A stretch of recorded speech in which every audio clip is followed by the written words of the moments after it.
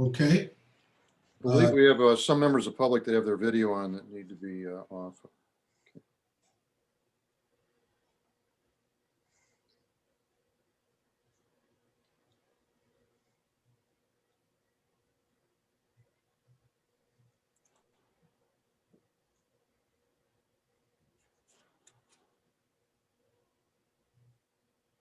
Okay, Nick, are you ready for me to? Yep, I'm ready. Go Okay. ahead. Okay, I'd like to call the February 9th, 2021 City of Grosse Pointe Park Planning Commission meeting to order. Starting with roll call. Amy Chesterton, Present. Patrick Coletta, Here. Michelle Lindsay, Here. Catherine Sampier, Here. Mike Vitaki, Here. Michelle Hodges, Here. Mayor Dinner, Here, and City Manager Seisman. Here. Okay. All right, next up is the approval of the December 22, 2020 meeting minutes. As a part of your agenda packet. Take a few moments to peruse that.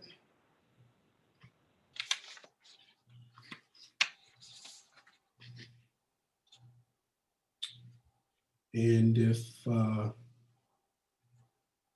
there are no comments, I'd like to ask for a motion to accept the meeting minutes from December 22nd, 2020. I'll make a motion to approve the minutes. Second. Seconded. Commissioner Pataki. All those in favor? Aye. Aye. Aye. Okay. Minutes have been approved. And with that, I will turn it back over to City Manager Seisman to open up the discussion around the master plan update process. Okay, thank you, Chairman Goodwin.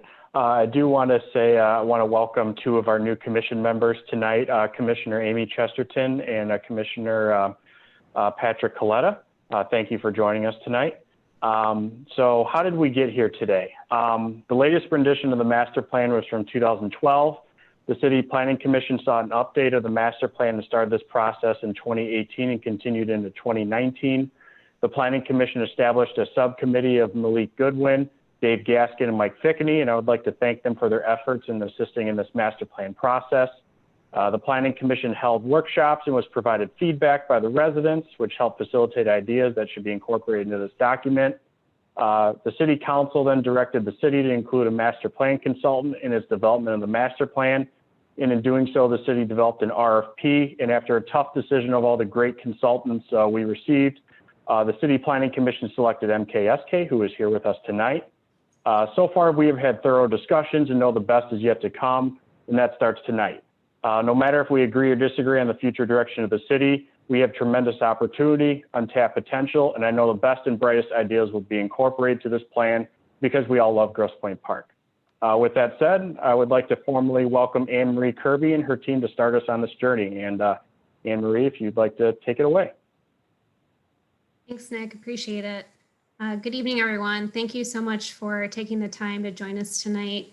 My name is Anne Marie Kirby, and I'm a planner with MKSK. I'm also the project manager for this master plan update. Our team is really excited to be working with you on this project. It's personally important to me. I grew up in the Grosse Pointes. I recently returned to the area last year and bought a house in Grosse Pointe Farms. So I visit Grosse Pointe Park very often to eat, shop, and run errands. So for our project team and a little background on us, the city and you all are guiding the master plan update. The city boards and commissions, administration, stakeholders, and the general public, you're helping to craft the goals and strategies that are in this process. And then in terms of the consultant team, MKSK is leading this effort. We are a planning, landscape architecture, and urban design firm. Brad Strader and I are based out of our Detroit office in Midtown, and we work with communities all over the state, as well as Ohio, Indiana, South Carolina, Kentucky, and Georgia, to name a few. Brad Strader, due to unforeseen circumstances, unfortunately couldn't join us tonight, but he will be leading multimodal bike and pedestrian discussions and recommendations for the plan.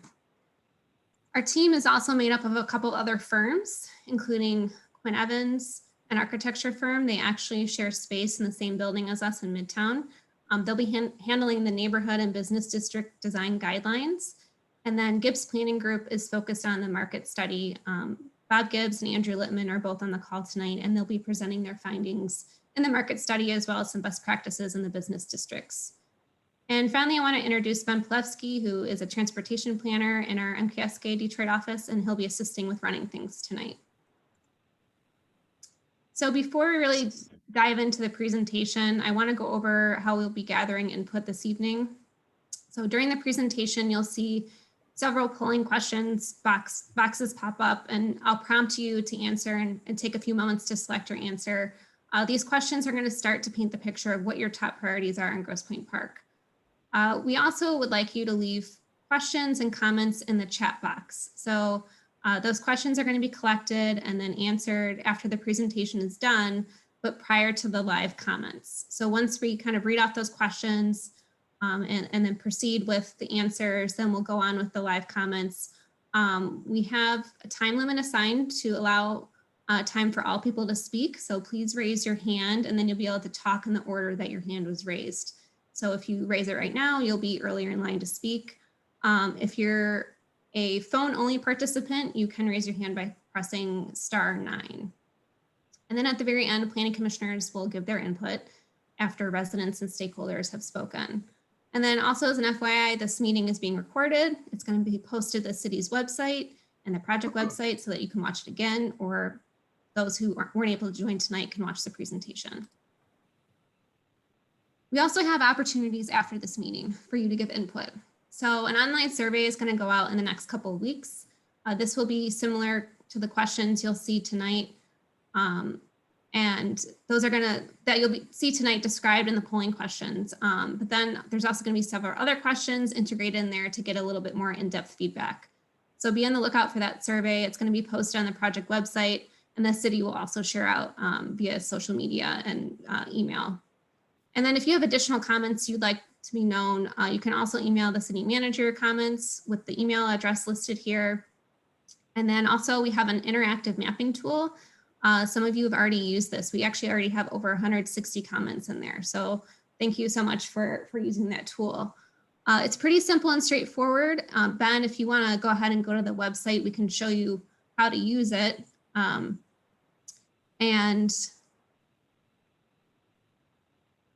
So if you go to the Tell Us What You Think tab, and then you scroll down, and then when you get to the map, you'll see the directions here at the top. If you scroll up a little bit, Ben.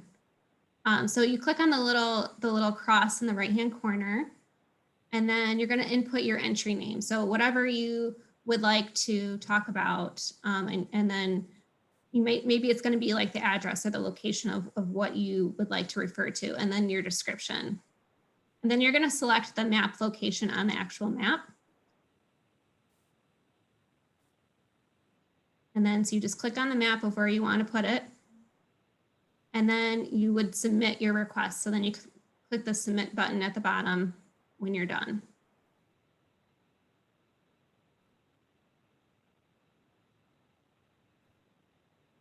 And then you just click close, or you can type another entry if you like. So that's just a little demonstration of how to do that. If you haven't had the chance to use that mapping tool, please take a look at that on the website.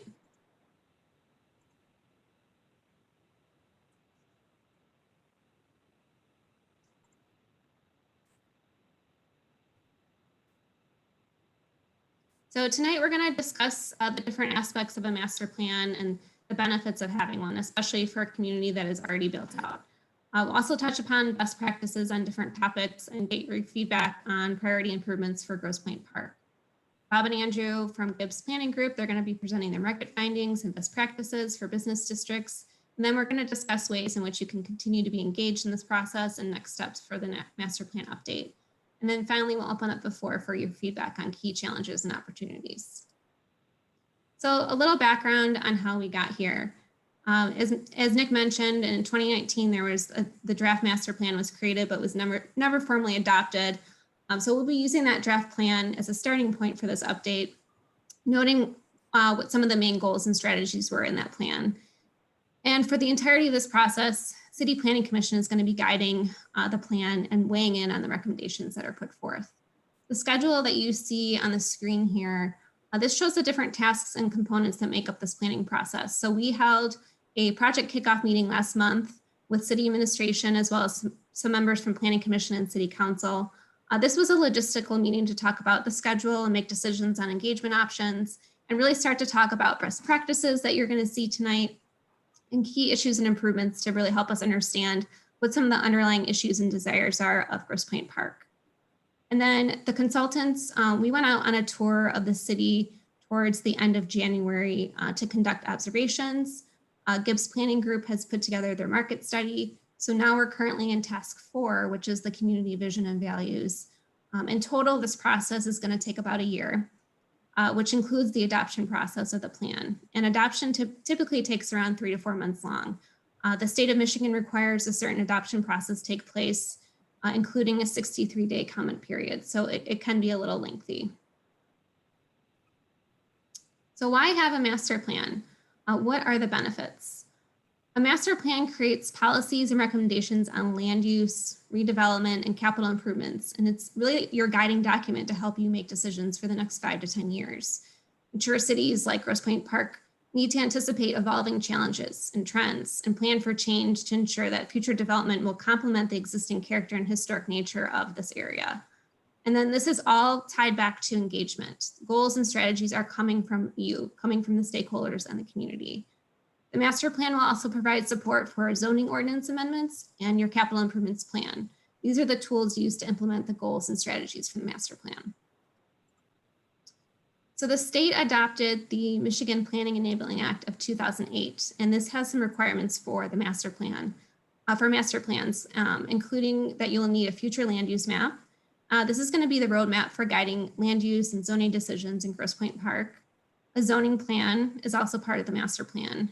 This includes recommendations for changes to the zoning ordinance that should take place to help implement the strategies in the master plan. And then an action plan will be used and referenced frequently. This is the main part of the plan that you're going to be using. This is where your goals and strategies are laid out alongside timeframes and priority of strategies and responsible parties and partners. This section should be reviewed and updated on an annual basis to note what's been accomplished or if strategies have changed.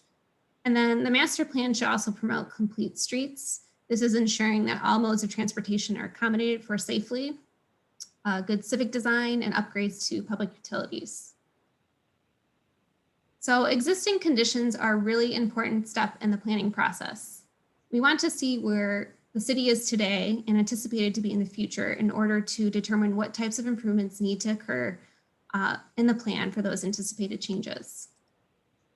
So besides Grosse Pointe Woods, the park is the second most populous of the Grosse Pointes, with almost 12,000 people as estimated in 2020.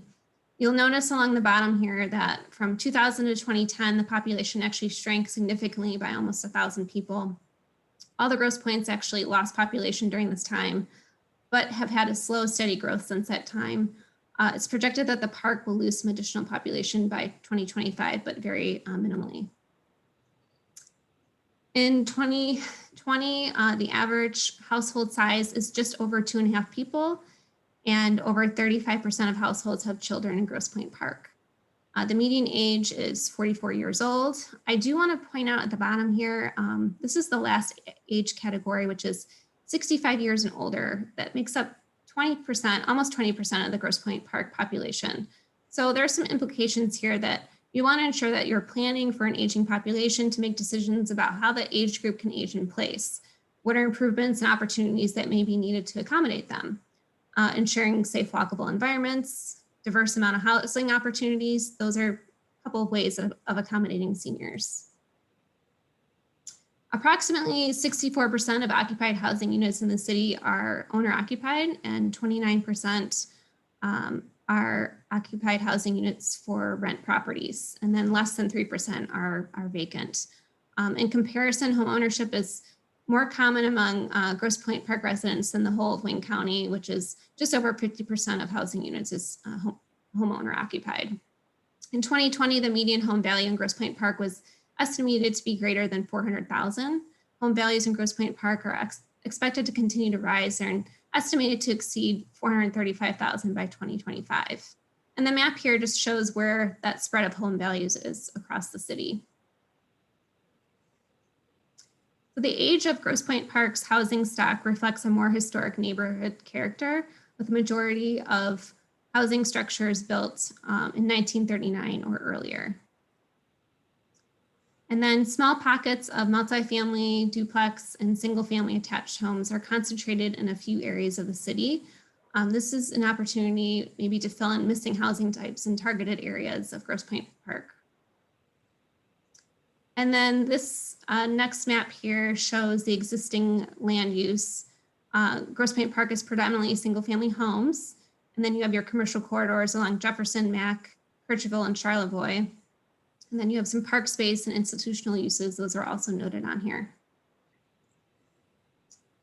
So now I'm just going to go over some best practices to consider as we go through the master plan process. Some of you may already be familiar with some of these things that we're going to bring up. As we're talking through these ideas, keep in mind what you feel may work best for Grosse Pointe Park. We will be asking you for feedback through polling questions as we talk through the topics as they relate to the city. So when you see these polling questions pop up, you're going to note your answers by simply clicking on the box that pops up. So before we dive into our first best practice topic, we want to know how you most frequently travel around Grosse Pointe Park. Not outside of Grosse Pointe Park, but within it. So to the business districts, the library, the parks, you can select more than one answer for this question. For example, you may live close to one of the business districts, so you might walk or bike to that business district, but you might also drive to the parks. So just give you, it's going to give you a few moments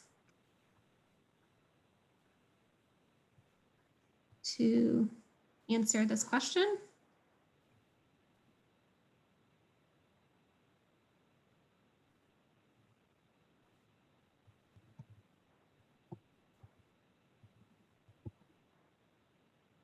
And about 10 more seconds here.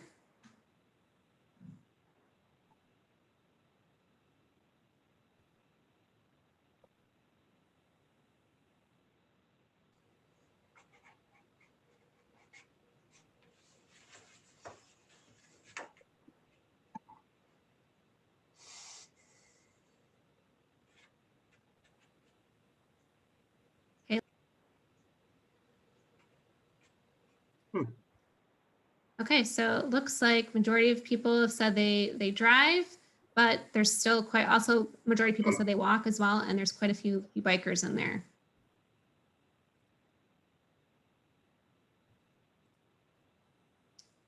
So your feedback will really shape how we approach planning for Grosse Pointe Park. And so one of the first things we want to talk about is pedestrian-friendly environments. Grosse Pointe Park is already a fairly walkable city, but there could be improvements made to help enhance the walkability and ensure safety for pedestrians. So there's some examples here of how that can be accomplished. Pedestrian bump outs are one. This picture is from Birmingham, Michigan. A bump out is where the curb bumps out into the street for a small section and then transitions back to the regular curb line. This is a really great way to slow down traffic and then also minimize the distance that pedestrians have to cross, and then also allows some room for landscaping. And then we have median islands, mid-block crossings listed on here. These are typically smaller islands that allow a safe space for pedestrians to have a break in between crossing the street. There are already some examples of this along Jefferson Avenue in Grosse Pointe Park. And then we have a couple examples here of different types of signals for pedestrians.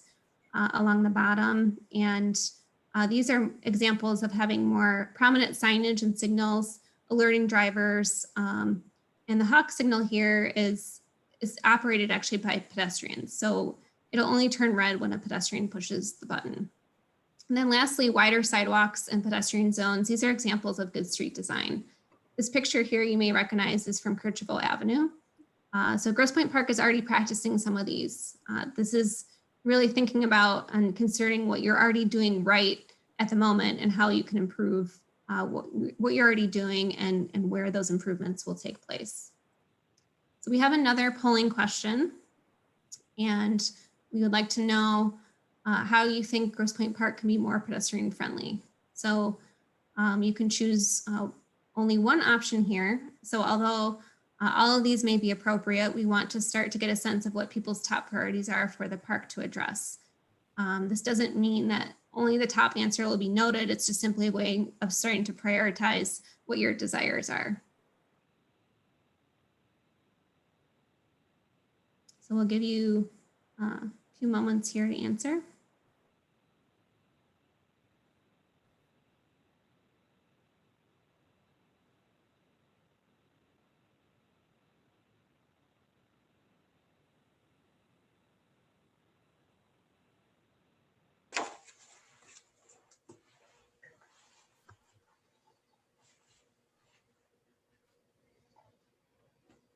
About 10 more seconds, and then we're going to close it.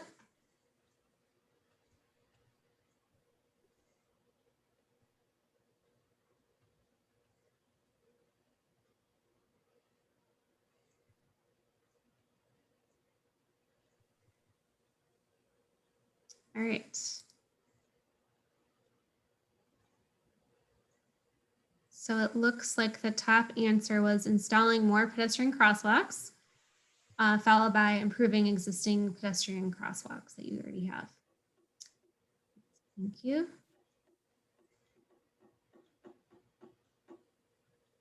So now I'd like to move into talking about bicycle facilities and bike signage. There are quite a few bikers in the community, as noted in the poll survey. So we should start thinking about ways in which the community can be more bike friendly and safer for bicyclists. Bike sharrows on the top left corner there, those are easy markers to paint on the road. These indicate to drivers that they should be sharing the road with bikes. Typically, bike sharrows are the most appropriate in areas where there isn't a lot of room to install a bike lane, and also where there's slower speeds on the road. But where you want to direct bikers and let them know that there's some signage that alerts drivers and it's safer for them to be in the road. And then we have buffered bike lanes and protected bike lanes. These are great ways to separate bicyclists from vehicular traffic, making it safer to use the roadway. And then bike markings and paint at major intersections helps alert drivers that bikes will be crossing the intersection. And finally, bike signage and wayfinding. This is an important step to establish where bike routes may be in your community. So we have another polling question, and we wanted to ask how you think Grosse Pointe Park can be more bike friendly. Again, you'll be able to choose one option, the one that you feel is the top priority for Grosse Pointe Park.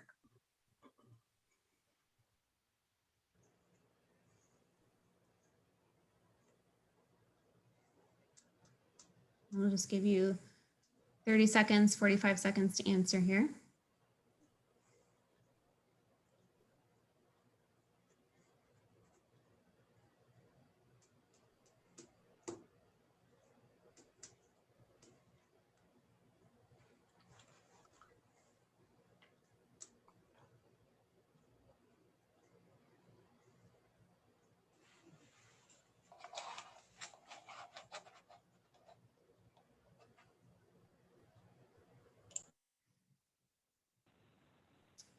All right, a few more seconds and then we're going to close the survey.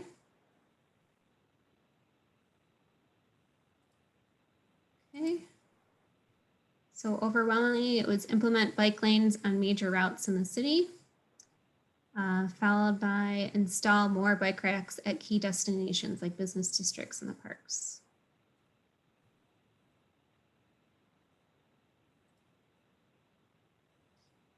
So moving on now, we're going to talk about sustainability. So some of the ideas and concerns that we've already been seeing relate to greening the community and sustainability.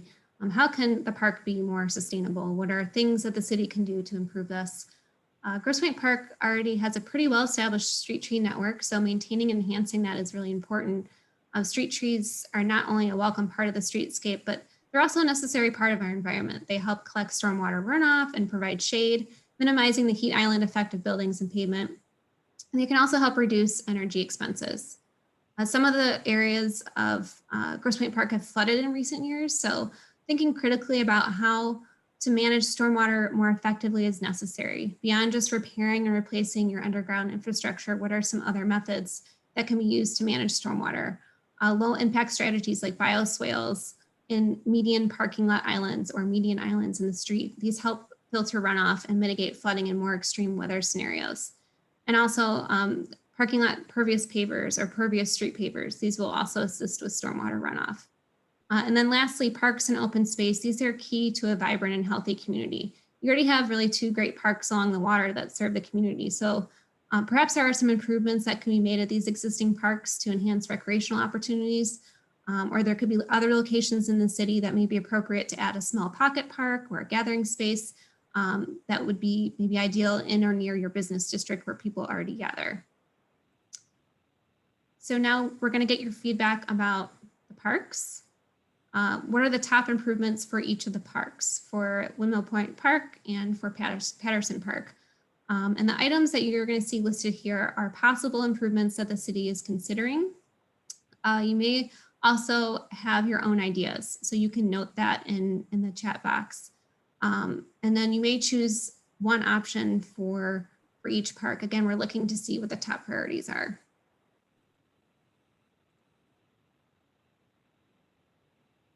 And again, we'll give you about 30 seconds or a little longer actually for this one because there's 2 questions and there's quite a few different answers to choose from. So again, 1 answer per question. And you have to kind of scroll down to see both of the questions. They're both in there. So number 1 is for Windmill Point Park. And the second question in here is for Patterson Park.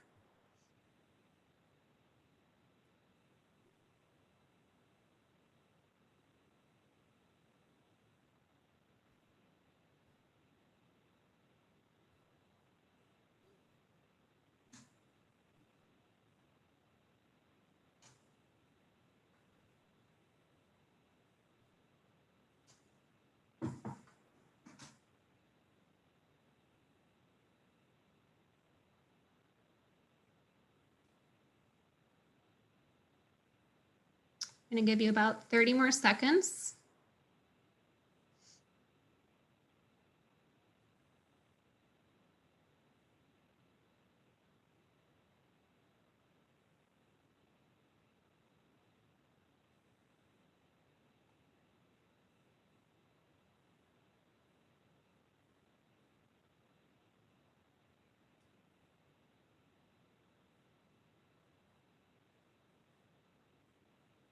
Okay, about 10 more seconds here, and then we're going to close it out.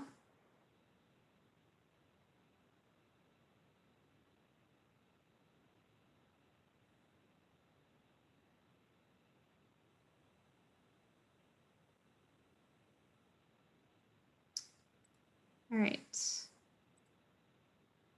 So looks like for Windmill Point Park, 40% of people said they would like to see the marina upgraded or renovated. And then that was followed by upgrading restrooms in the concessions building.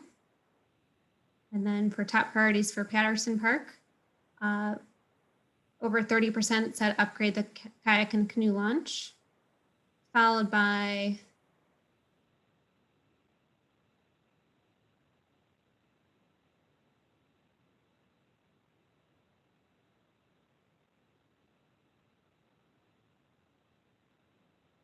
upgrading the restrooms, and then there's. And now we're going to talk about missing middle housing. Missing middle housing refers to the need for diverse, affordable housing choices in sustainable walkable neighborhoods. Many communities now are faced with a growing older population like Grosse Pointe Park, and also the need to attract younger people in the community. So having things like smaller footprint apartments that could accommodate these needs, allowing for slightly denser developments, attached housing like duplexes and fourplexes, these can also help meet the needs. The photograph here is actually from Beaconsfield, south of Jefferson. So you're already doing some of these things and you have pockets of this in Grosse Pointe Park. And then when addressing infill housing and redevelopment, it's important to retain the character and qualities of the community as part of the master plan. We will have infill design standards. Pictured here is an example from a project that we completed with Quinn Evans, who is one of our sub-consultants in Detroit with the Woodbridge neighborhood. So design standards include appropriate setbacks, landscaping, windows, doors, front entrances, etc. And these can be used as a guiding tool for new development alongside the zoning ordinance. So now I'm going to turn it over to Bob and Andrew, and they're going to discuss best practices in the business districts. GIPS Planning Group works with communities and retailers across the country. They're experts in this field, and they know what it takes to ensure a very vibrant and successful business district. So Bob, I'll let you take over from here. Thank you, Anne Marie, and thank you for letting us help the community. The shopping center industry, as you all know, is in turmoil right now because of COVID and because of the changes to the internet. And it's expected that about half of all the shopping centers today will close and about 2/3 of all the retailers will close. And as that's happening, the stores are looking for walkable historic districts to reopen. And they think that in order to compete with the internet and the convenience of online shopping, that you have to offer an experience that you can't get online. And so the best practices today are to create or restore walkable shopping districts that include mixed uses, residential, office, civic, and retail and restaurants, and in which the public realm is designed and built to a high quality, nice sidewalks, nice street trees and signage, etc. But also that the storefronts be designed to look very interesting, either traditional, like this is a store in Petoskey, or modern. But that the storefronts themselves adhere to certain principles, that they have a lot of glass, that the glass be clear, usually at least 70% clear glass, and that they have flower pots and planters, and that there be nice window displays. Next slide. The public realm is a very important part of offering that experience you can't get online. So that includes wide sidewalks, large landscaping, nice trees, awnings, and just a great place to hang out. And what the retailers are finding is that when they have places like this, that their sales are almost as high as they were in a shopping mall, and it increases their online sales. So a lot of stores that were only online are now looking for small towns and urban districts to open. Warby Parker, the eyeglass company, is opening dozens and dozens of stores in small towns. J. McLaughlin, Shinola. There's a whole slew of retailers that are looking for small towns like the Grosse Pointes or Birminghams or Royal Oaks to go to. In order to attract them, you really need some sort of business recruiter to help let them know that you're there. You need to have pretty strict design standards. They are going to spend a lot of money on their storefront, and they want to be in a place where they're assured that everybody around them also is designing and building to a high standard. A lot of communities think they can attract more business by lowering the standards and being more flexible with the building codes, and that backfires on them. The better retailers want to go to walkable places with high standards and with predictability. It's also important for the community to have a business improvement district, or what in Michigan is called a principal shopping district, where the business owners and property owners pay into a taxing authority, but then that authority spends the money on marketing and advertising and promotions and special events. That lets the business districts compete with the online and the regional shopping malls. Next. Outside dining is getting extremely popular even before COVID. The amount of meals that people are eating out is very high. Grosse Pointe Park has the Kirchhoff and several interesting places for also outdoor dining. It's expected that surprisingly, even though all of these restaurants are closing, mostly the big chains like Chili's and TGI Fridays and such, that there's a lot of highly skilled unemployed restaurant workers and chefs whom have raised money from friends and family, and they're actively looking to open new restaurants. And it's forecast that walkable shopping districts will have a flood of really creative food and beverage establishments wanting to open in the downtown.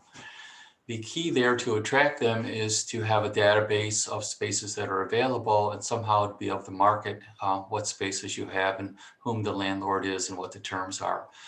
But it's forecast that with the massive restaurant closings during COVID, that there will be an even bigger boom in restaurants opening in walkable districts.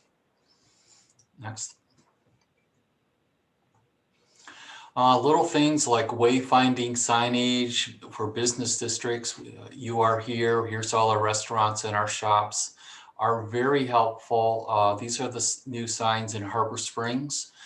And during COVID, for an activity, many families are getting in the car and driving to a new place and getting there and walking around and exploring a shopping district that they haven't been to before. So you can meet them halfway by having maps and signs and business directories so that they'll know what opportunities are there. Next slide. Parking is always one of the most understood but most important elements in a shopping district, but not for ways you would think. Parking has to be convenient, but shopping districts can have too much parking.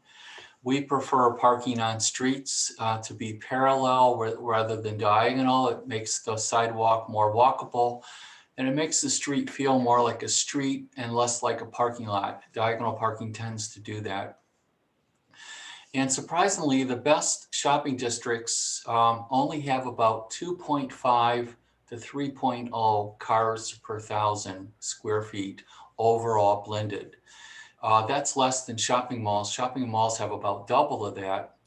And when you go and when we go and we measure great destinations like Chelsea or Dexter or little town Brighton and such, they have a surprisingly low ratio of parking.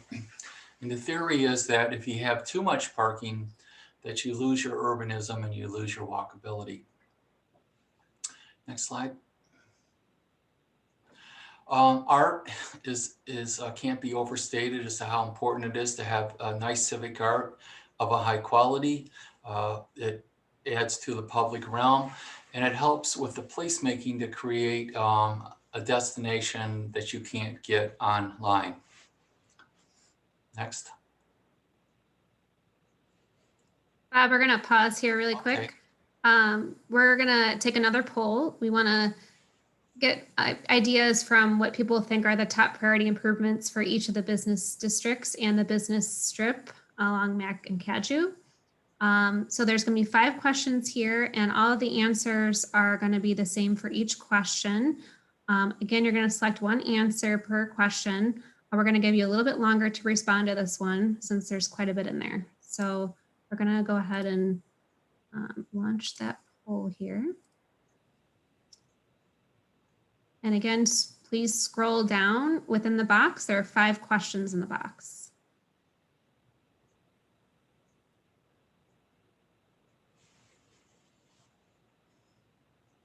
So if you're having trouble submitting, I saw there's a couple questions on there about that. You have to answer all of the questions to be able to submit your answers.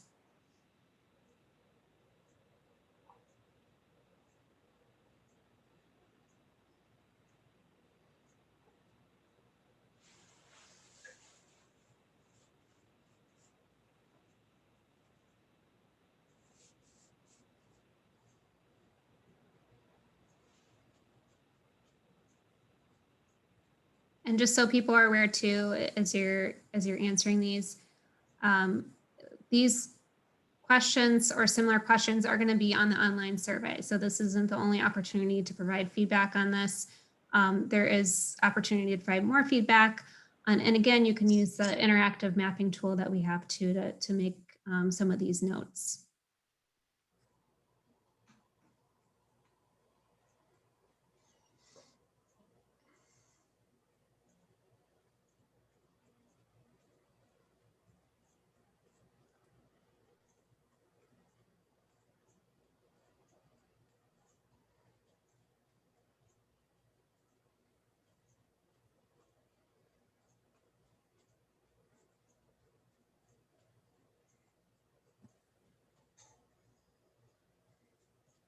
Okay, we still have less than 50% who responded, so we're going to give another minute or two here for people to respond.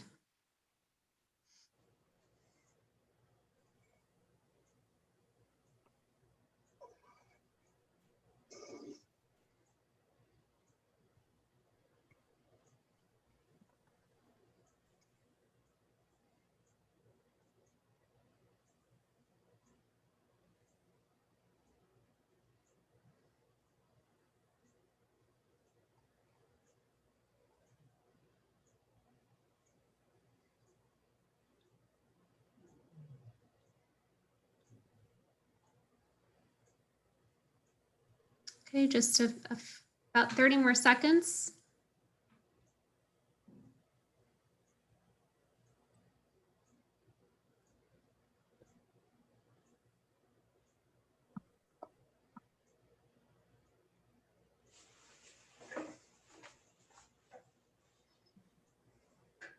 And about 10 more seconds here, and then we're going to close it out.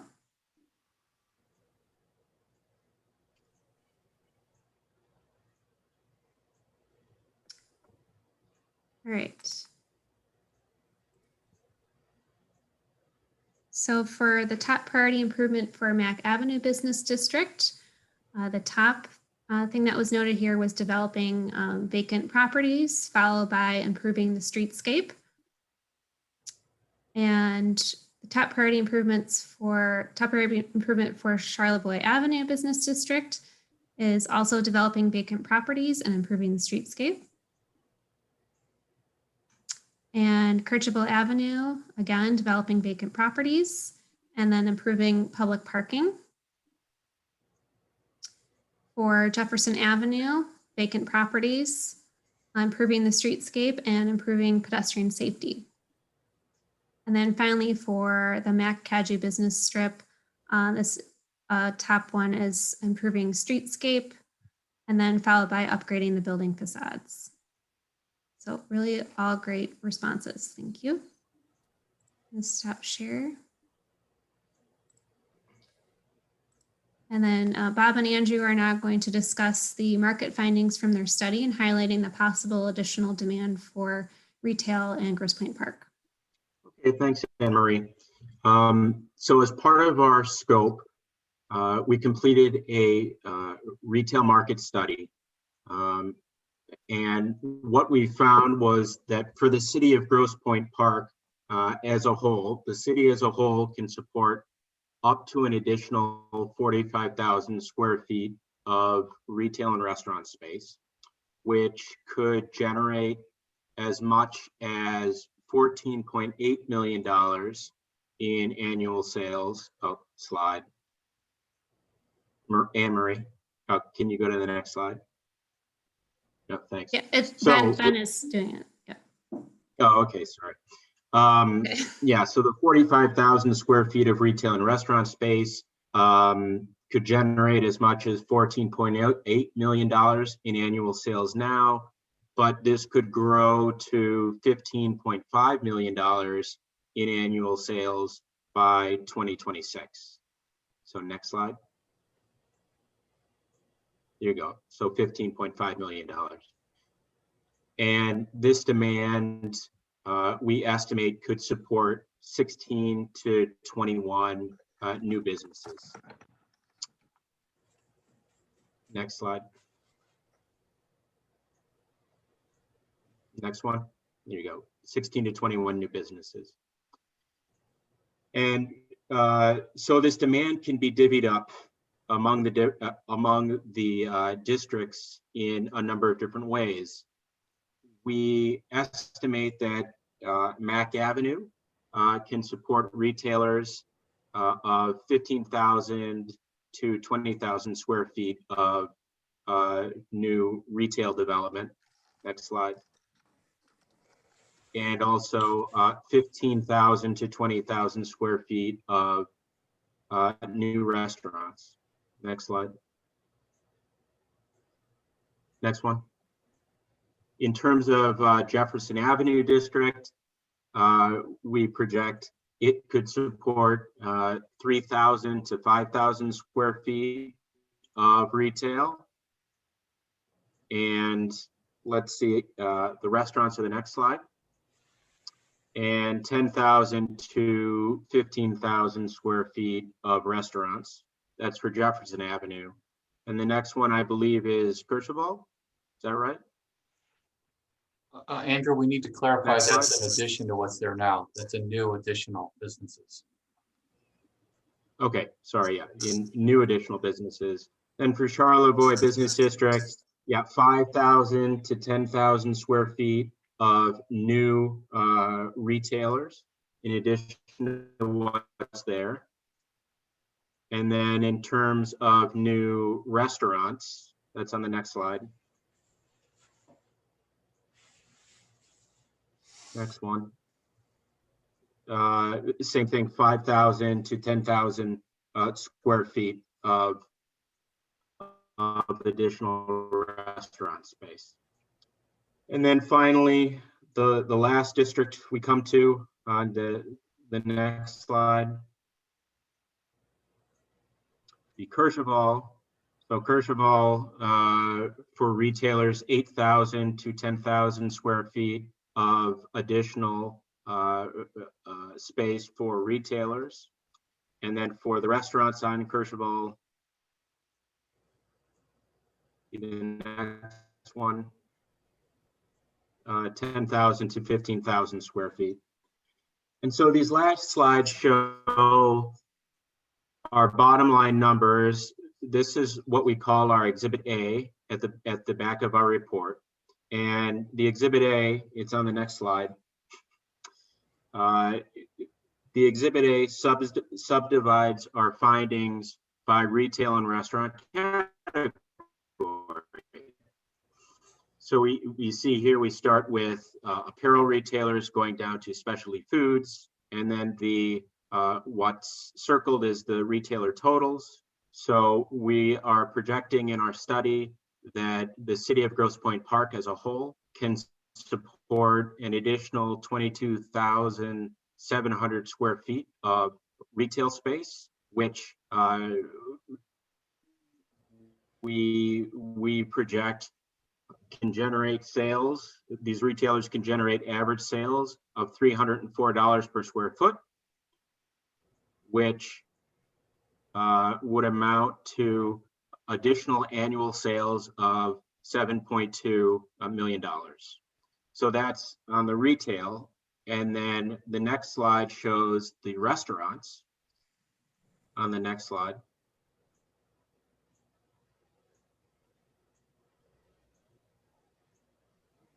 On the next one. Here we go, sorry.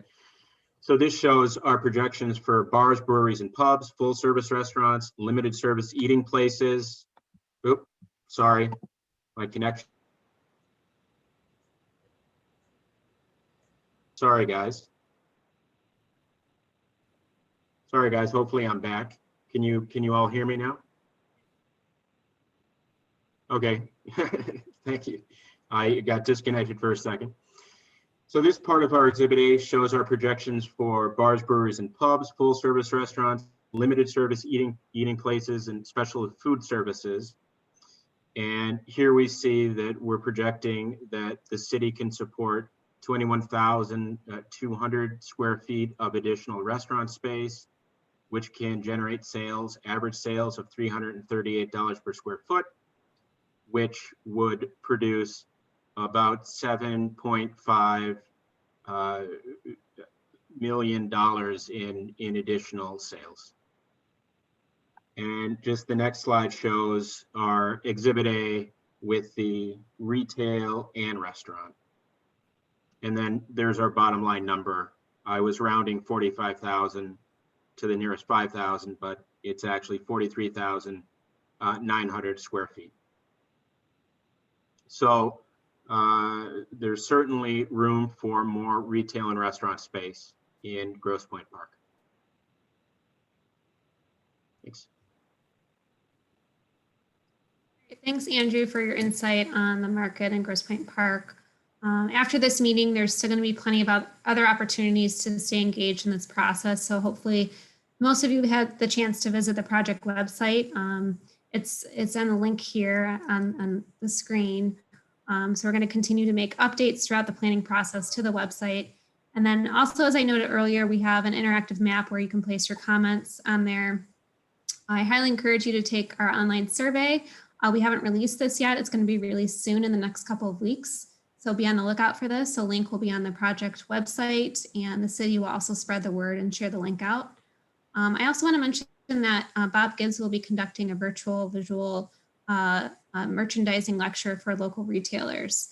A date hasn't been determined yet for this, but this will be scheduled soon.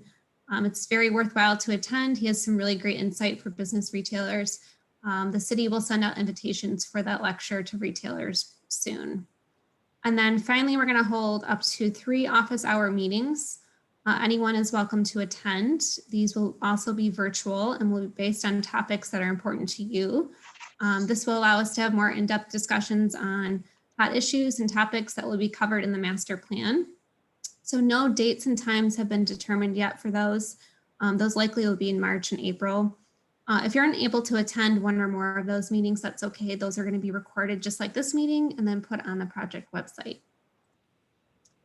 So now we'd like to know if you're interested in participating in one or more of these meetings. And if so, what topics would be of most interest to you? The most popular answers will determine which topics will be discussed further. And then this question is also going to be repeated as part of the online survey. So we'll kind of get from the poll tonight, as well as the online survey, what topics are most important to you and what we'll cover in the office hours. And then if there's a topic here that's you think is missing, please fill out the other comment here, and then you can put it in the chat box. Again, you can only choose one, so it's the top topic that you'd like to discuss in greater detail. And we'll just give you a moment to fill this out.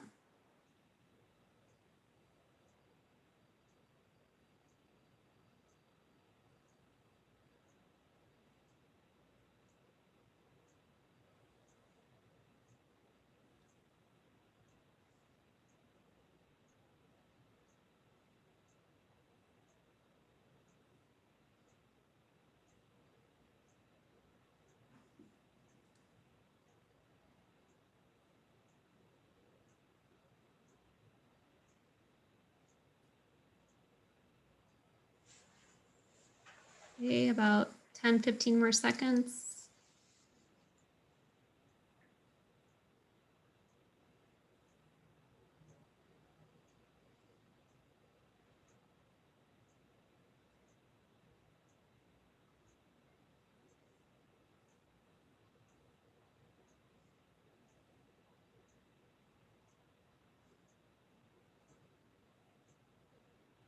All right.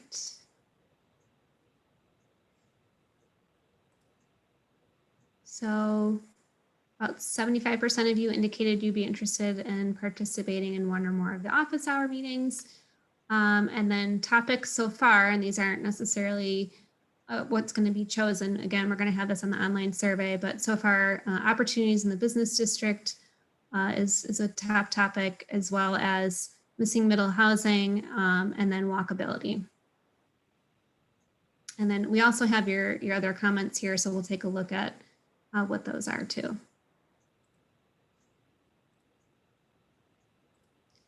Okay, so now we're going to move into the Q&A portion of the evening and the feedback portion. So I was trying to take a look while presenting and also looking at the comments that were coming in. Most of them are just comments. It doesn't seem to be a ton of questions yet, but we're going to try to answer some of those now before the live comments are done. Ben is actually going to be noting your comments in our interactive map board. So when possible, please note locations for us just so we can get an accurate summary in our note taking. And then keep in mind that when you're speaking, he's just going to be summarizing the main points. So it's not going to be verbatim. And then if you have additional comments to give beyond in the chat box and beyond live, again, we encourage you to take the online survey, use our interactive map on the website, and then you can email the city manager your comments. So let's take a look now at what some of the questions were. One of the questions, and I think this is more for Andrew and Bob, is how much property tax would be generated by 16 to 21 new businesses? And I'm not sure if you guys have that data or not. I'm sorry, it'd be hard for her to calculate that tonight, but we can look into that.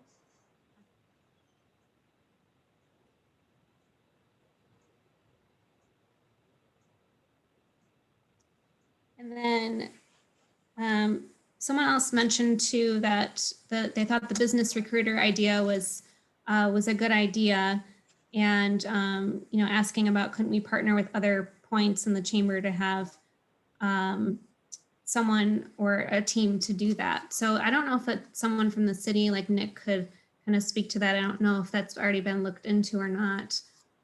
This question, let me go back up to it. But Nick, is that something that's been talked about already, or partnering with the other communities? Could you repeat the question? So one of the questions was referring to having a business recruiter, and couldn't we partner with the other Grosse Pointes in the chamber, Grosse Pointe Chamber, to have someone or a team to do business recruiting? So that's something that's been discussed with the Chamber of Commerce, and we can further that discussion. But that was a good comment.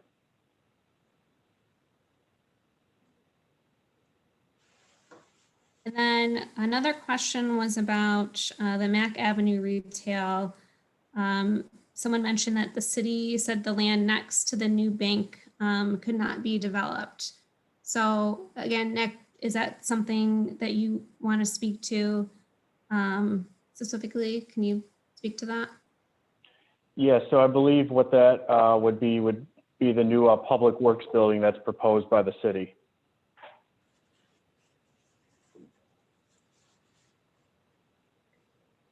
Else mentioned for Mack Avenue, is the added square footage also include and supported by the Detroit side that was shown earlier by Andrew? Yes, it could. Also, the additional square footage could be absorbed with existing businesses and no new construction at all. So by existing businesses having longer hours or more marketing and increasing their sales, it could all be absorbed that way also.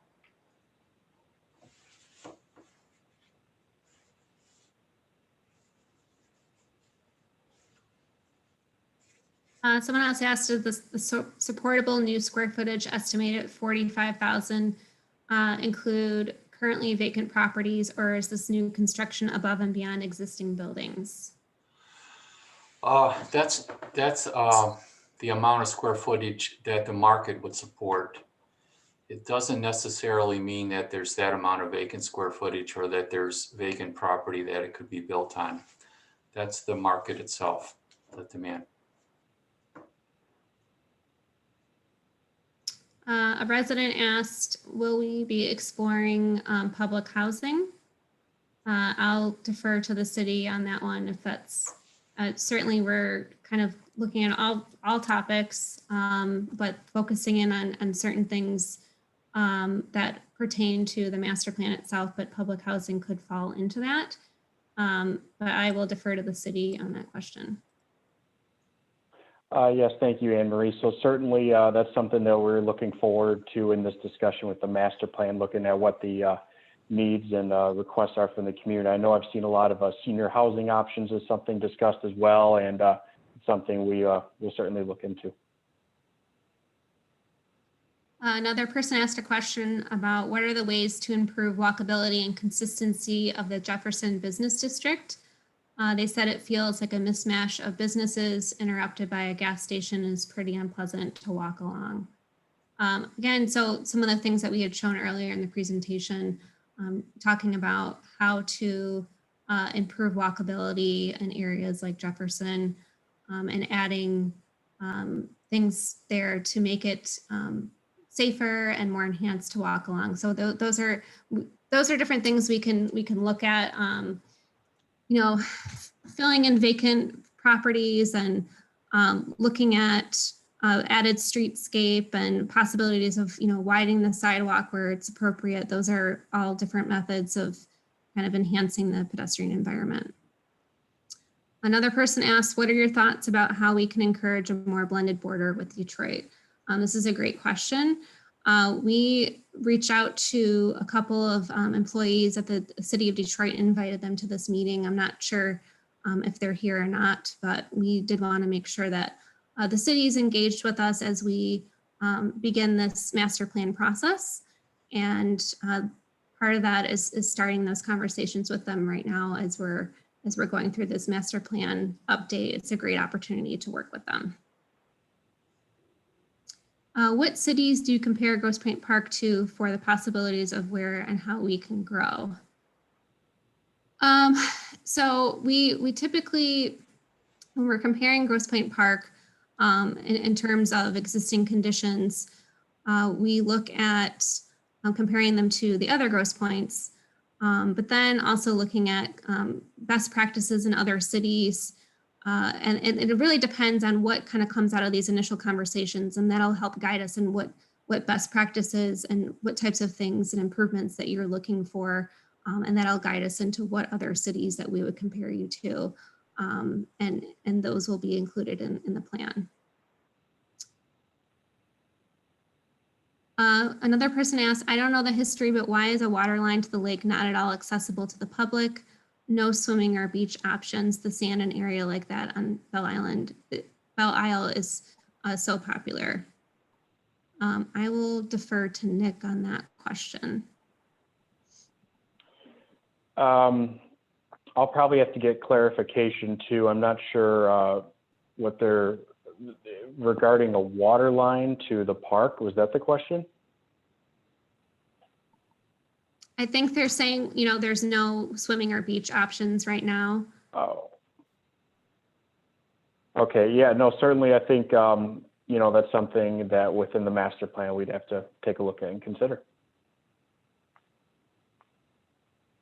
Someone else asked, what are your thoughts about housing demolition? Far too many houses have been torn down for parking. Yep, that's certainly something that comes up in a lot of communities, demolishing houses, and, you know, how do you navigate that? You know, one of the things is if they're being torn down for parking, certainly I know that's probably connected to the business districts, as you know, that they're looking in ways to increase parking possibilities in the business districts. So one of the things that you can do and that we'd recommend is, you know, having a parking study to address how to use your existing parking spots that you already have.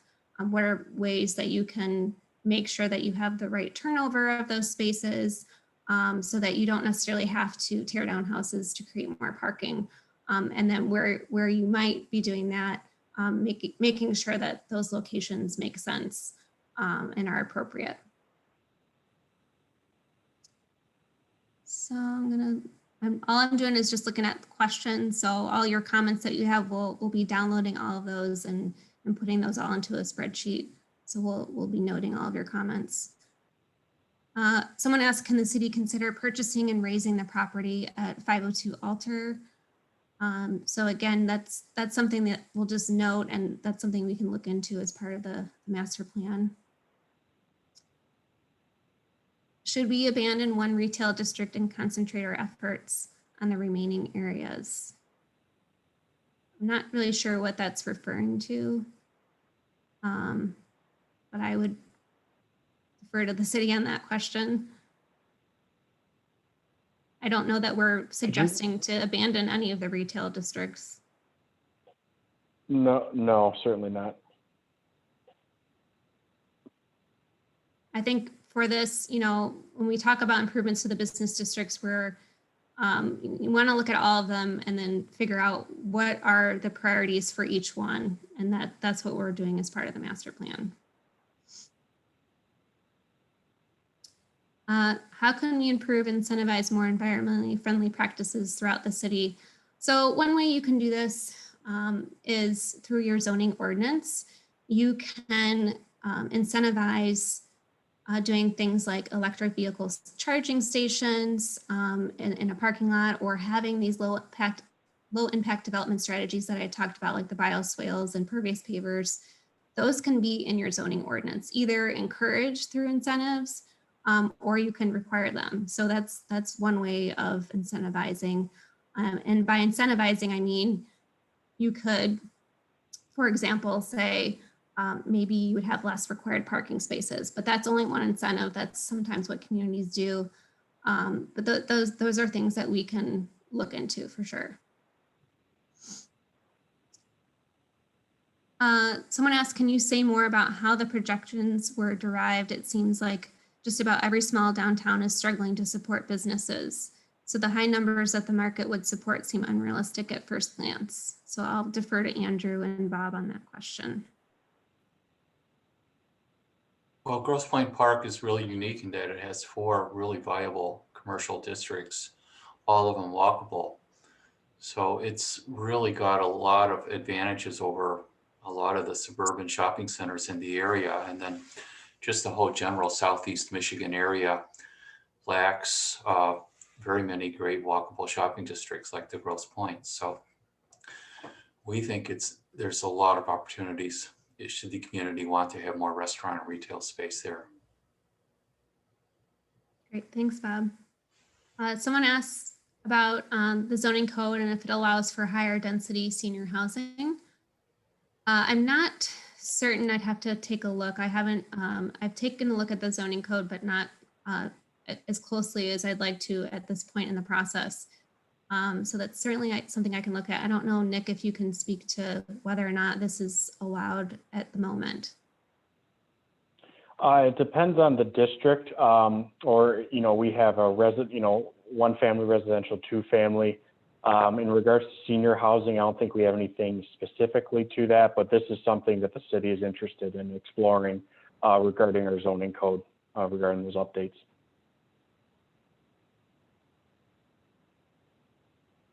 What are some types of uses that we should think about for the vacant Tremblay School? And should we plan for more school closures in the coming years? So certainly, you know, that can be part of our discussion, is starting to think about what are types of appropriate community uses for the vacant Tremblay School. And that can be something that we talk about as part of this process. But there is going to be coordination that would be needed with the school district. So they would just be early on discussions and recommendations that the city could make, but ultimately the school district would also have to be part of that decision. And then any thoughts about traffic and pedestrian safety near Defer and Pierce middle schools? So that's something we can definitely look into. That's definitely want to look at pedestrian safety when you're talking about schools and kids going to school. There's no busing for schools in this area. So kids are a lot of times biking and walking to school. So it's certainly something we'll keep in mind as we're going through the master plan process. There's a comment on the border walls on Alter. Taking them down does not necessarily mean opening traffic, but could include micro parks, community gardens. Have you worked on projects like this with border communities? Not specifically, but that's definitely something we can look into and have some strategies on how to approach that. And there's some good ideas here on, you know, having different uses that aren't necessarily trying to that are a little more friendly to the bordering communities. Someone else asked about, should we allow accessory dwelling units? This is something, as I mentioned before, we were talking about missing middle income housing or missing middle housing, and looking at how we can make sure people can age in place. So certainly that's something that we can explore as part of the master plan, is looking at accessory dwelling units and how those would be integrated into the community.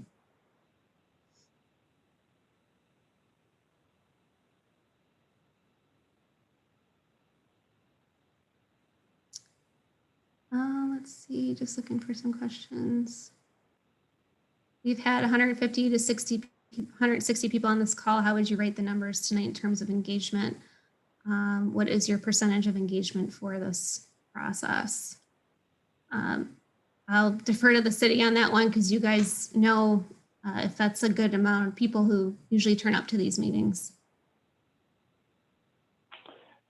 This is a pretty good amount. I believe at our city council meeting yesterday, we had about 130. So we're beating it right now. So hopefully we can get a couple more to join. This is awesome. And I will say, just, working with other communities, this is more than we typically see.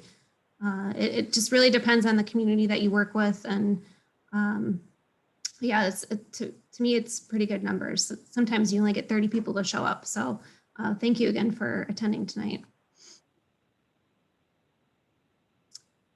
Tax incentives for new development or renovation of existing properties will be essential to continue to improve our neighborhood. Construction costs are too high. Without tax incentives, major improvements are not feasible. And someone asked, possible to include in the discussion. Certainly that's something we can look into. Some of these things that are mentioned, I will say, the master plan is kind of like your overarching view of the whole city, and you're looking at all different kind of aspects. So there's some things here that might be more detailed than we would get into, but we would maybe be crafting strategies, recommendations, saying certain things would be studied further, and then where to go to in the plan and say, we need to look at these further. So that might be one example of that, but that's certainly something that we can look into as part of the plan. Someone asked, is underground parking way too costly, and what is the feasibility of something like that to avoid propagation of vacant lots? Underground parking is very expensive. And you do have to have quite a bit of space for that to make it even worth doing. But there are communities that, do like to do underground parking. I mean, it's obviously the best use of a parking lot, but it's usually 2-3 times the cost of a normal parking structure. So it is pretty costly.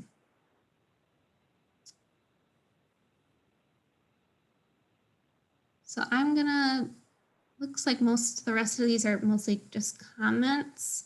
I think we should probably start the live comments, just because we're a little after 8 o'clock here, and I know there might be quite a few people who want to talk. If you have other questions or things, or maybe that weren't answered, that were missed, then we can certainly get back to you. I just want to make sure that people have time to speak tonight. And again, as you're talking, Ben from our office is going to be noting your comments on our interactive mapping board.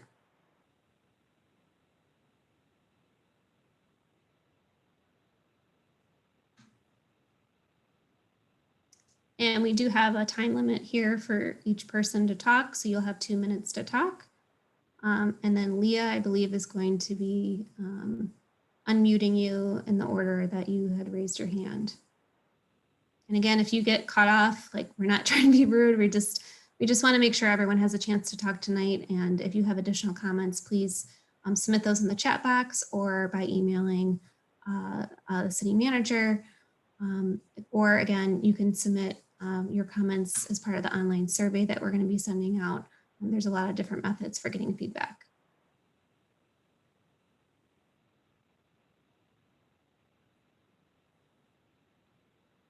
So Leah, I don't know if you want to start off the first person. Yes, sorry, I was muted. So the first person in my list is Mary. So just for the record, we are going to ask all commenters to state their name and their city of residence, and then I'm going to ask Ben to start the timer after they do so. So Mary, you are first. I'm going to ask you to unmute yourself. All right. And please go ahead. Thank you, Leah. Mary Rouleau, Grosse Pointe Park.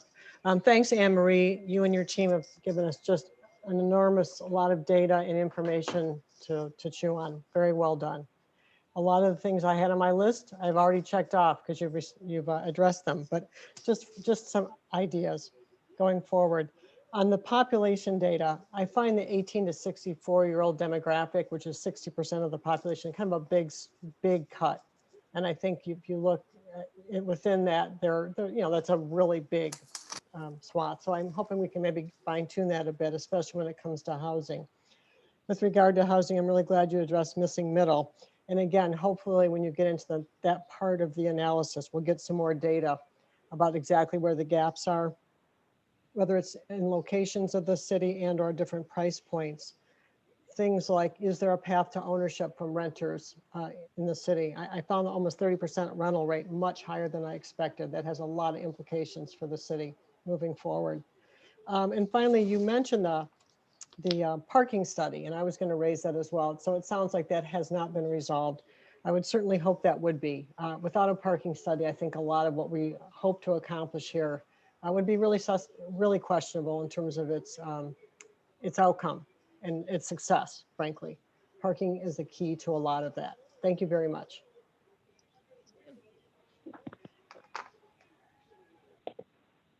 Thank you. Anna, you are next. I'm going to ask you to unmute yourself, please.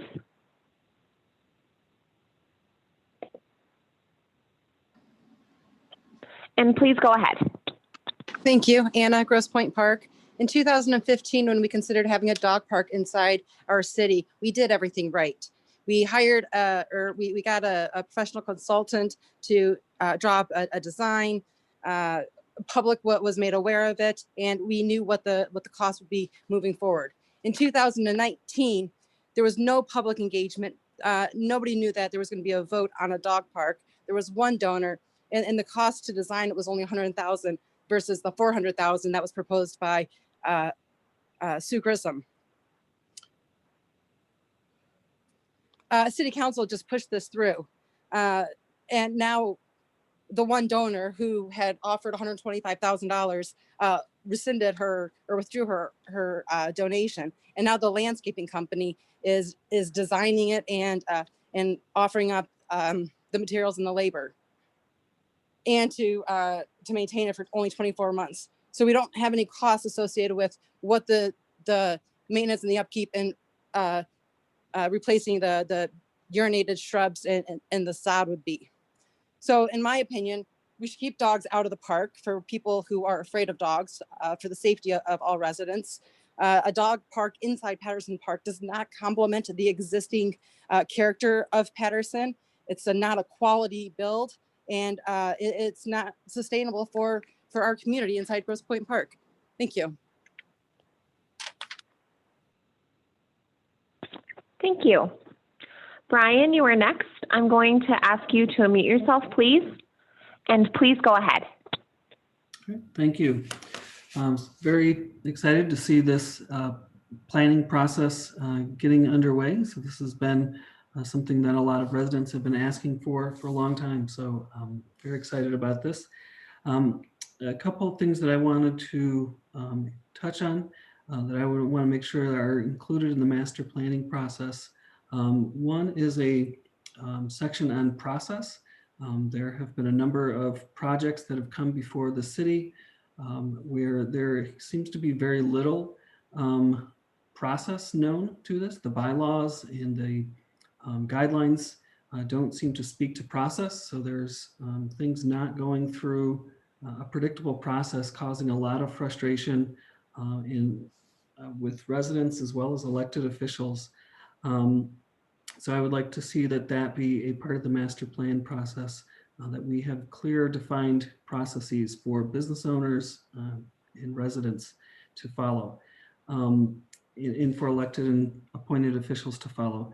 Demographics, there's obviously a lot of changes happening. I would hope that we are ahead of those changes and not behind the ball on those changes. Also related to those changes, we need to look at different housing. Those patterns of housing are changing the needs, and is Grosse Pointe Park changing for those changing housing needs? We don't know. Also wanted to speak about bike facilities. We live in a community that has ideal biking distances from destinations that people want to go to, but we don't really have any bike facilities clearly defined in this community. They need to be for all users, from the high-end bike riders who bike for fitness, to families going out for the day, to kids going to and from school. They all need to be able to safely use our roads and to be able to use it as transportation. Thank you. Thank you. Diana, you are next. I am going to ask you to unmute yourself.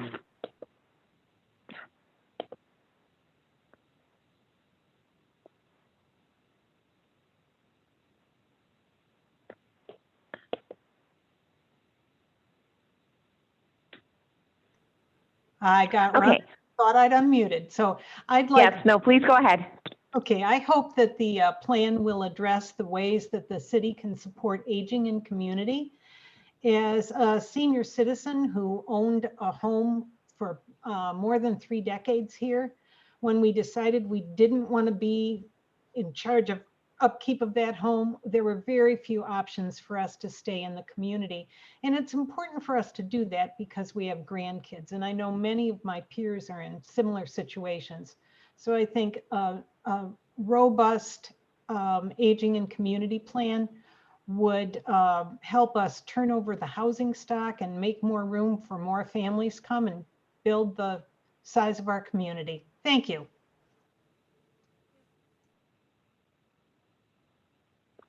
Thank you. Just as a reminder, before I call on the next person, we are asking speakers to please state their name and their city residency, please. Cheryl, you are next. If you can please go ahead. Hi, Leah. Thank you. My name is Cheryl Denman. I'm a resident of Grosse Pointe Park.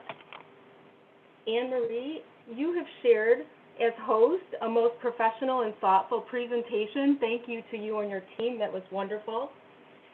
Relative to the vision for Section 8 housing at the Trombley site, or senior housing development for the elderly as a luxury senior housing community, or a senior housing site for Trombley, is quite concerning.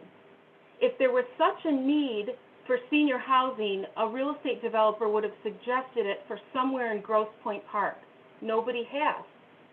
The location at Trombley is not zoned for high-density residential, which is exactly what is being suggested here this evening.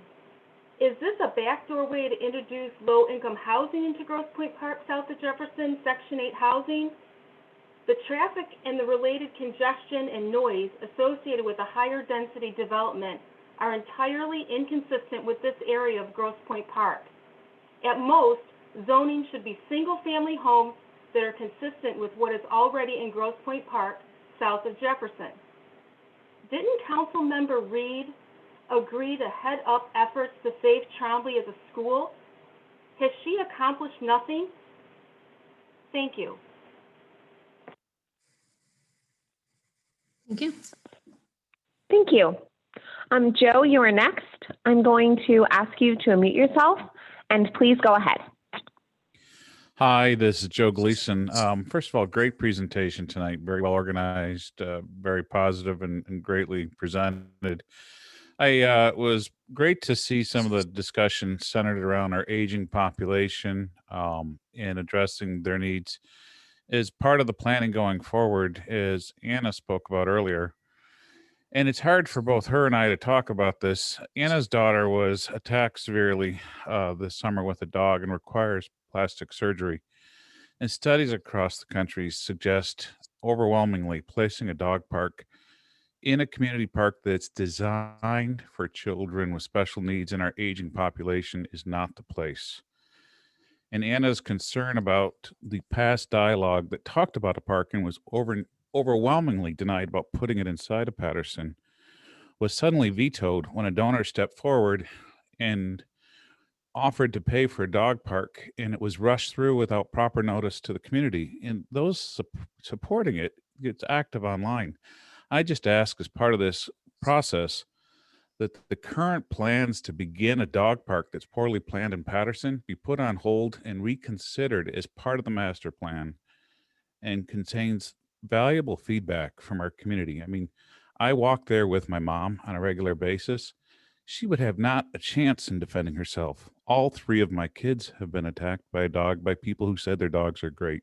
This is a serious, massive change to the park and deserves community feedback and needs to be put on hold and reconsidered with real, true community feedback from the people that enjoy that park. So please, by all means, the way this was introduced to the community was very questionable, rushed through without feedback. It needs to be, if we're serious about planning for the future, then the community feedback absolutely has to be considered.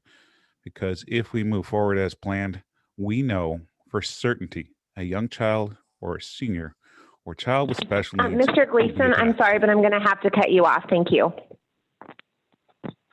CMM, you are next. I'm going to ask you to unmute yourself.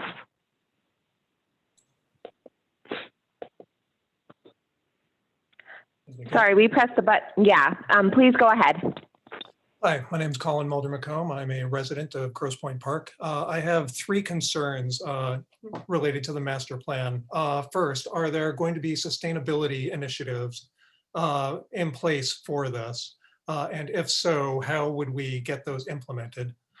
Secondly, what are the plans for infrastructure? We have a uniquely aging infrastructure with a lot of lead water lines that need to be replaced over the next, next couple of decades, but hopefully a lot sooner. So these need to be addressed pretty immediately. And third, the city has a desperate need for childcare, and finding an appropriate place for that to be placed would be a fantastic, a fantastic focus for this. Thank you so much. Thank you. David, you are next. I'm going to ask you to unmute yourself and please go ahead. Hi, David Brumbaugh, Grosse Pointe Park. I'm a trustee on the Board of Education, but I'm speaking for myself and not the Board of Education. I just wanted to also say thank you very much for the very interesting presentation.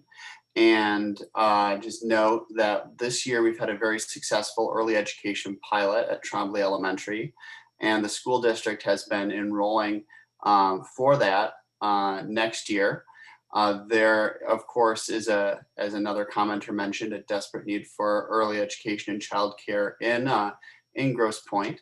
And I just wondered if part of your demographic study and your market study included any information on the potential demand for those services in the park and locations for that might help us kind of understand how to shape potential programs there, as well as how they might complement other commercial developments. So thank you again for the work, and we look forward to opportunities to partner with Grosse Pointe Park as this process continues. Thank you so much. Thank you. So at this time, I don't have anyone else in the queue, but I would like to wait a couple of seconds and make sure that there's no one who hasn't already spoken who would like to speak. If you would like to make a verbal comment, please use the raise hand function along the bottom of your screen or press *9 on your phone keypad.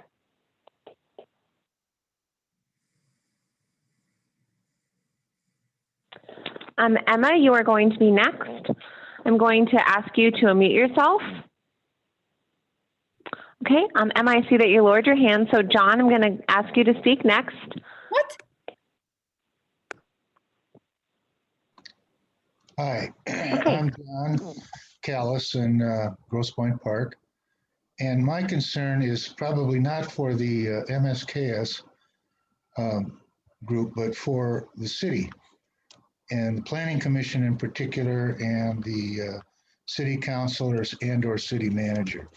And my question is, a master plan that takes a significant amount of dollars to develop and time over a 12-year period is well and good.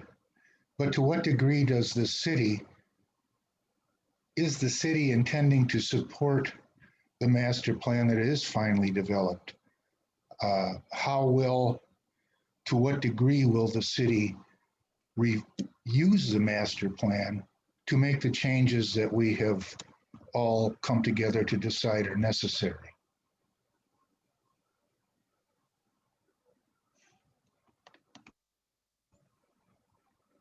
Thank you. Okay, Emma, I apologize. Now it's your turn to speak. If you can please unmute yourself and go ahead. My name is Emma Torres, and I live in Grosse Pointe Park. As a newer resident here, I'm absolutely in favor for a dog park. Having lived in other areas that have public dog parks that our taxes pay for, it has been a great benefit, not only for the community, but for the animals as well. And as someone who will be having children in the near future, I would love to have Trombley continue to be a childcare or school as it was when I grew up going there, and being able to have the walkability of living here in the park to attend a school nearby, such as Trombley, is much safer than having to cross Jefferson to go to Defer. So I'm in favor of keeping Trombley for education or early childcare as well. Thank you.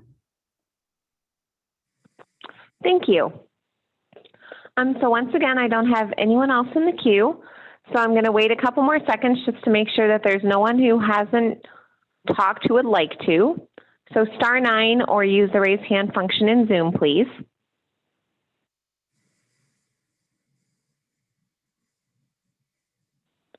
Anne Marie, I'm not showing any other public commenters in the queue. Okay. I think the next step was for the planning commissioners to provide their comments, if they have any. Yes, that is correct.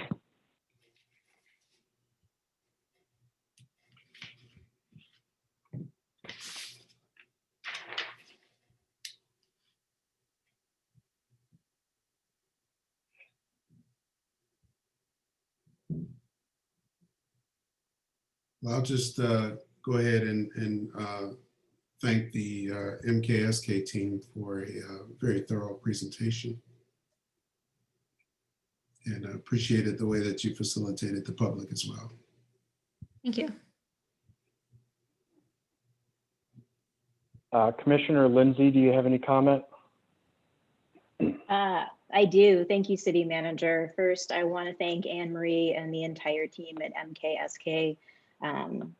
And Bob Gibbs in particular. This has been a fantastic jumping off point, and I'm looking forward to this developing over the next several months. There were just a few things that I wanted to comment on.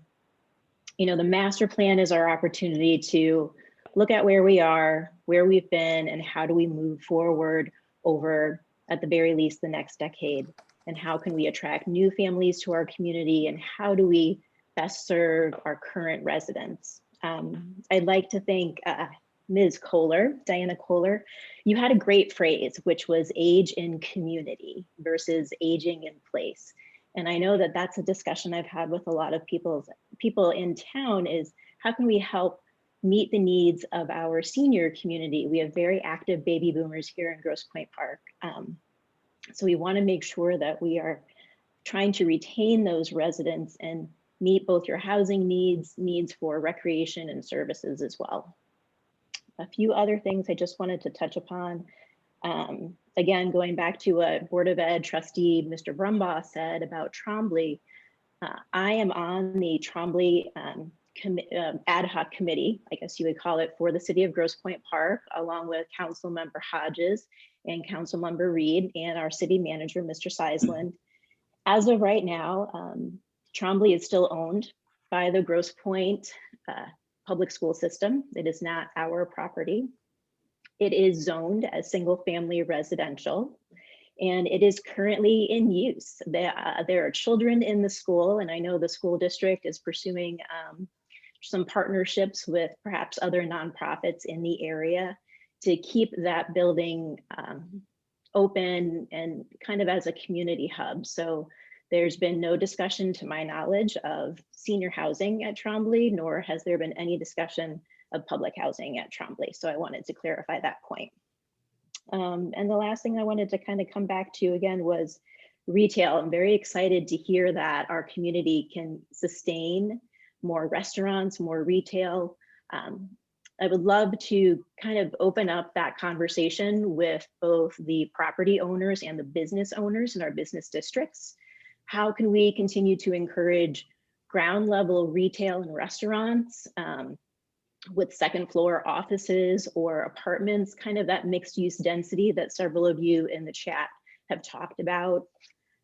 You know, keeping that walkability is fantastic. You know, today I got a call from Point Hardware. They're ordering some stuff for me. I go to Belding Cleaners. You look at the facade at Zealous Root. Those ladies have done a fantastic job. We have a new bookstore going into the park. And from the posting, it seems to be a bookstore with apartments above.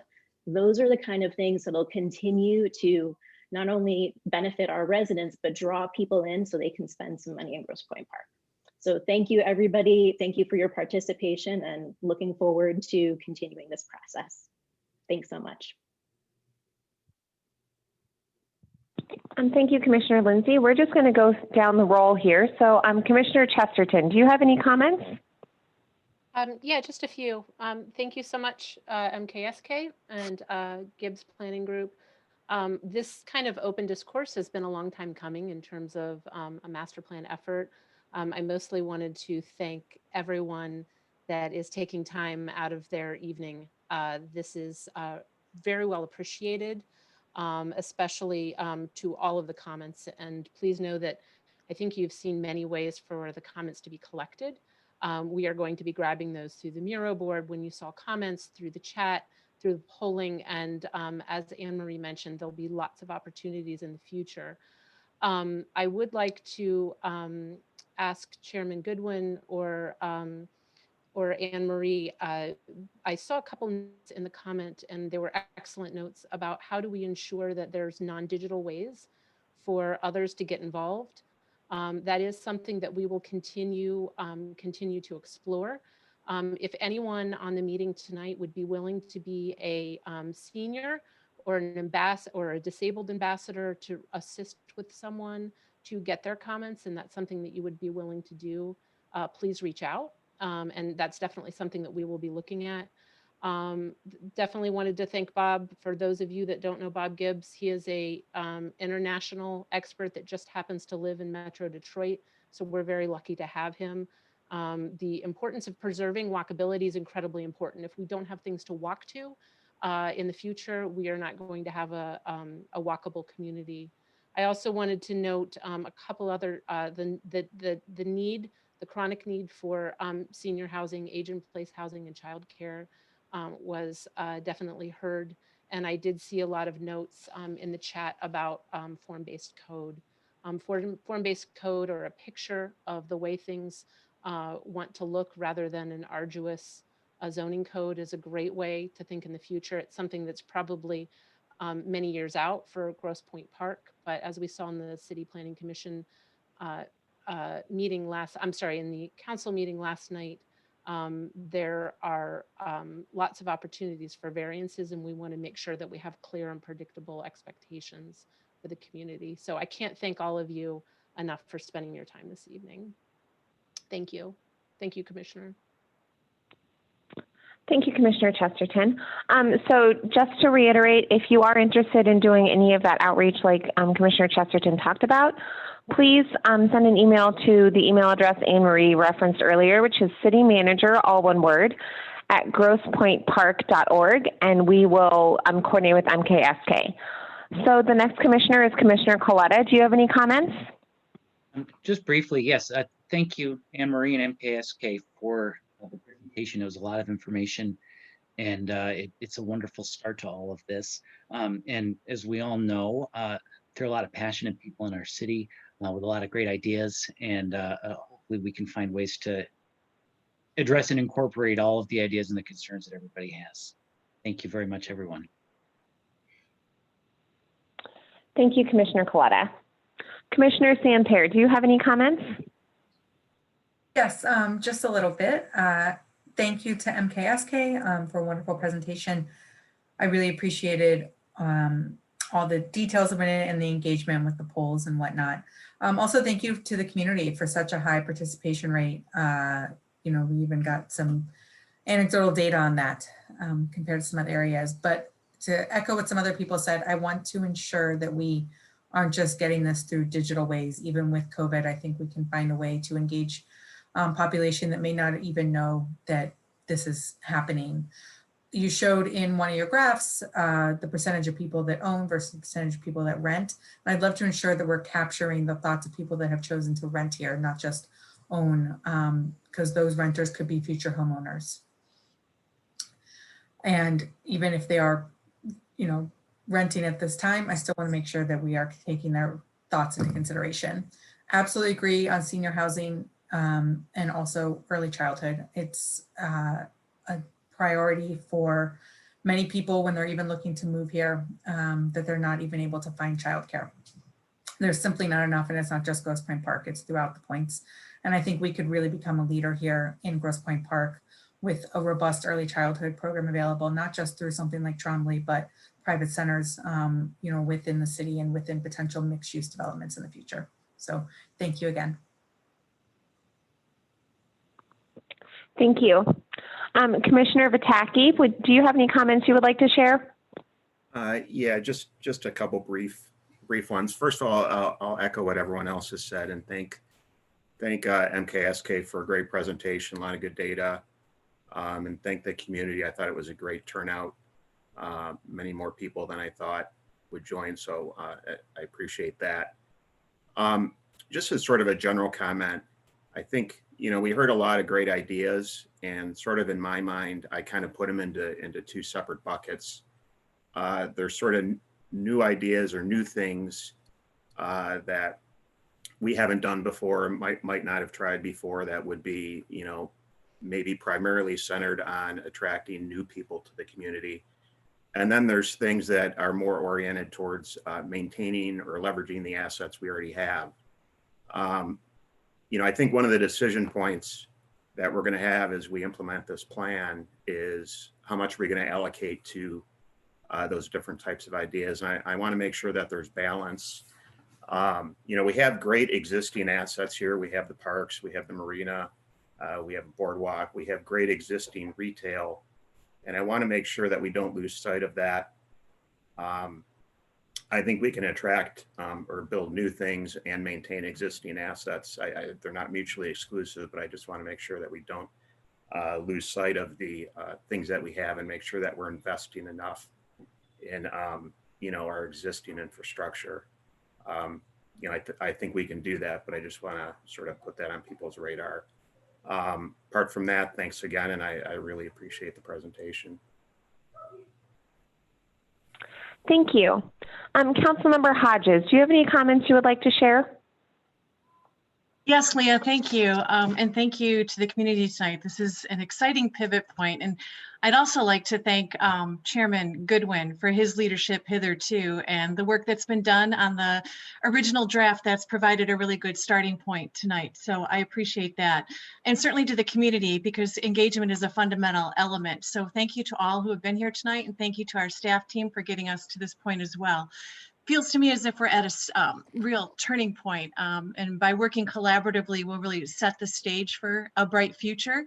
And in doing so, we will deepen our relationships as a community and really increase the stake, I think, that we all feel for it. And hopefully, most importantly, building trust in the process, because with those trusting relationships and a good, solid master plan, that's fundamental to a high-performing community. So I'm excited to get there, and just would like to take a minute to inspire some aspirational thinking tonight too. I often think of life as having a line here, and everything you do up to to that line is the minimum expectation, right? So how do we focus some time above that line to really find our competitive advantage as a community? And MKSK, I know in your proposal, you called out a couple of phrases, one being your strategic thinkers and bold innovators. And I really would call upon you to summon all of those skills on our behalf. These opportunities are important to leverage here in Grosse Pointe Park. And then with that aspirational thinking, we need to anchor it by the practical. I think we're hearing some of that tonight, that, you know, the need to find ways to implement the proposals. And my responsibility as the council member for budget and finance, we really need to understand how to inform those decisions for the fiscal year that will begin July 1. How do we get things done while at the same time having incomplete information, and focusing on, here's another buzz phrase, the lighter, quicker, cheaper terminology. How can we have impact quickly to build momentum? So are there projects that you can recommend in some sort of order that dominoes and cascades into other, well, does it create momentum or some kind of fusion that it just, the process then takes off on its own because we've made really good strategic decisions on the order of implementation? And then what are those tools? What are those enablers and those multipliers? Is it the redevelopment ready community services provided for by the MEDC, bid, advisory panels, block clubs, bonding, philanthropy, grant sources, earned revenue, various things like that that can help enable us and move the things to the finish line. And then the management principles that will really help us to deploy this. I know our neighbors at Jefferson East Inc. completed a master planning process, and they wove all, they have a system to address any project that is presented. So are there management tools like that that we can deploy once we have our master plan? So with that, I will conclude and thank everybody again for all of their contributions tonight, and really looking forward to a continuation of this process. Thank you, Councilmember Hodges. Mayor Denner, do you have any comments you would like to share? Yes, I'll be brief. I do want to thank MKSK and their team for providing terrific data and facilitating what I think is an excellent process so far. I'm looking forward to the next steps. Tonight, I primarily wanted to listen, digest data that was presented, and also to listen to our residents. And I appreciate the participation that everybody has had so far. And I certainly encourage all of our residents to participate going forward with in the various ways that were outlined tonight. There will be additional opportunities to gather feedback. And so finally, I'm looking forward to seeing that all come together in a summary of really what the residents want for their community. So thank you very much. Thank you, Mayor Denner. So Anne Marie, I'm going to circle it back to Chairman Goodwin. Okay, thank you very much. If there's nothing further, I'd like to make a motion to adjourn the meeting. I'll support. Okay, it's been moved and supported. All those in favor? Second. Aye. Aye. Aye. Aye. All right, the ayes have it. Thank you very much. Thank you. Stand Have a great adjourned. night, Thank you. everybody. Thank you, everyone. Thank you. Thank you.